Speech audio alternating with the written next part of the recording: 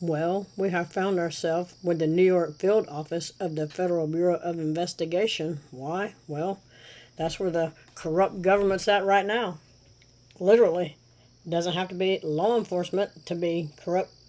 Any government, corrupt government. That's what we're dealing with. So let's see what they're saying out loud, and then we'll go see what they're not saying out loud. Tonight, 6 people are now charged with a huge fraud and bribery scam targeting food stamps. Listen to this. One of the arrested people in this, a USA employee, that's the government agency that oversees food stamp benefits. According to the Justice Department, the group set up a network that supplied approximately 160 unauthorized EBT terminals to stores across the New York area. Those terminals then illegally processed more than $30 million in EBT transactions. And the USDA employee who's charged actually worked in the division responsible for identifying food stamp fraud. Yes, but wait, it gets better. Wait till we get to the article. Earlier this month, we highlighted a national scam in our special report, Faces of the Forgotten. Thousands of people in Alabama have had millions of dollars stolen from their EBT accounts. And for the last 5 months, they say they have not been reimbursed. So, let's see what the other one says. Mostly same shit, different day, but here we go. But first, there's this. A Department of Agriculture employee and 5 others under arrest this morning, accused of a multi-million-dollar food stamp fraud and bribery scheme. The U.S. Attorney's Office for the Southern District of New York calling this one of the largest food stamp frauds in U.S. history. Joining me now is the U.S. Secretary of Agriculture, Brooke Rollins. Secretary, it's great to have you this. Anytime you have anything like food stamps, there is going to be theft from it.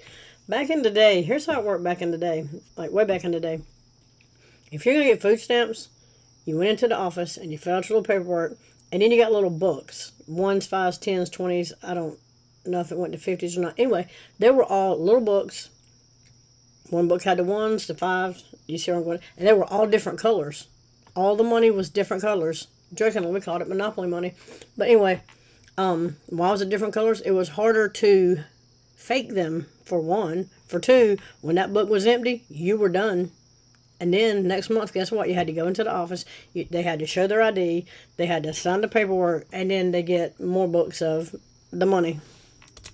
This morning, what can you tell us about this? Well, good morning, Maria. It's always so great to be with you, and you are coming from one of my favorite places in America, so it's really great to see you there.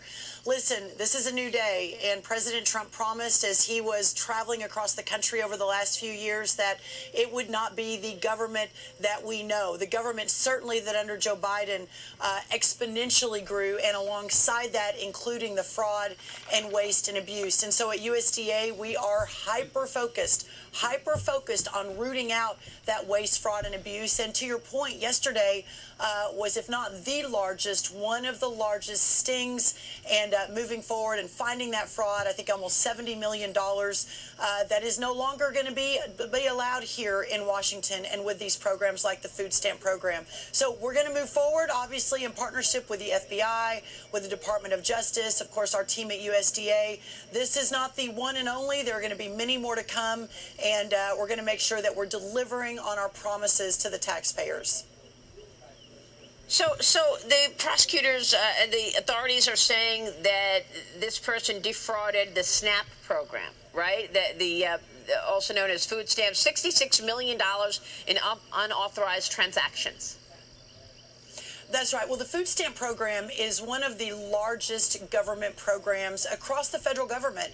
And obviously, I've talked on this show and other shows that it's time for real effective change. Part of that $200 billion annual program, the best sort of estimate is between 20 to 30% of that is fraud, waste, and abuse. The $66 million that was announced yesterday on behalf of $66 million. But how did they do it? Are you going to tell us how they did it? They are not. We'll have to go to the article for that.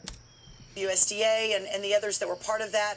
Again, it's just the tip of the spear. And the way that works, Maria, the EBT cards is what USDA, the government, uses to provide that supplemental nutrition. Yes, and they need to stop with that. Used to, back in the day, when people used food stamps, it was for fresh only. Fresh meats, fresh vegetables, fresh fruits. If it was anything other than that, you had to pay your own money out of your pocket. Now they're just swiping cards everywhere, getting everything. It is absolutely ridiculous. I think food stamps are in, I think it runs $1 trillion or $2 trillion. I'm just saying. Assistance, which is the food stamps, and that it's a fairly easy thing to do. We're trying to lock it down right now to ensure that it doesn't keep happening. But when you've got employees that basically don't follow the law, then we've got to fix it, and that's what we're doing. There's going to be real consequences for breaking the law across America's federal government with President Trump, but this is just one of many more to come. Well, we definitely want to see consequences and accountability, but let me move on. Secretary, you approved state waivers to make America healthy again by removing unhealthy foods from the SNAP programs in Indiana and Iowa. On Monday, you approved the first ever state waiver to restrict soda and energy drinks from the food stamps in Nebraska. You're really zeroing in on health and wellness for our young people and everyone else. Your thoughts? Tell us more. It's not only that. That is garbage. It's complete garbage. If you want to buy that shit, like I said, feel free to pay for that out of your own pockets. Taxpayers should not be supplementing lazy ass people sitting on their ass all fucking day playing on their phones, and we still have to feed them. No. Well, I am really proud. I'll be honest with you. I'm a little surprised that this hasn't happened before, right? It's just common sense. It is common sense. But if you keep them full of this junk food and all this processed food, you will keep them sick. And if you keep them sick, they're on prescriptions. And if they're on prescriptions, government and pharmaceuticals like that because they all getting kickbacks from each other. I'm just saying. And you can tell when you're in the grocery store who has an EBT card.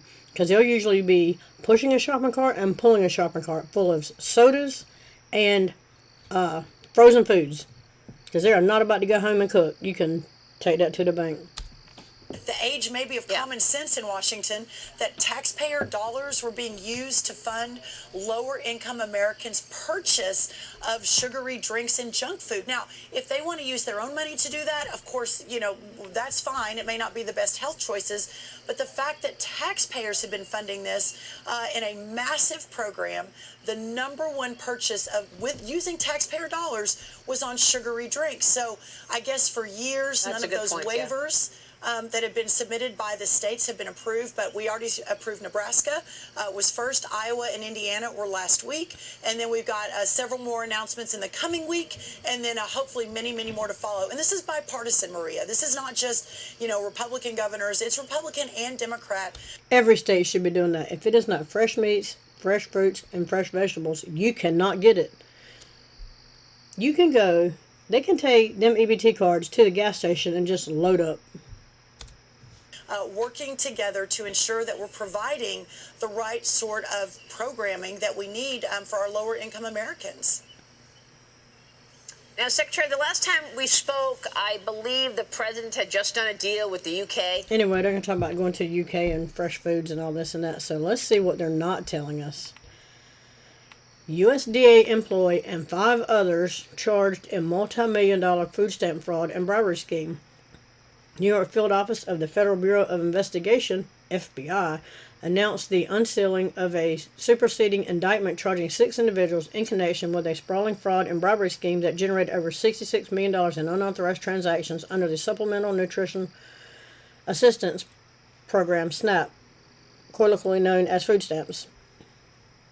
His is one of the I think it's supposed to say this is one of the largest food stamp frauds in U.S. history. The defendants, here we go, Michael KEHOE, MOHAMAD, whoever, OMAR, whomever, GAMAL, EMAD, and ARLASA Davis are charged with conspiracy to steal government funds and to misappropriate U.S. Department of Agriculture benefits, among other charges. Davis, a USDA employee, is additionally charged with bribery and honest services fraud.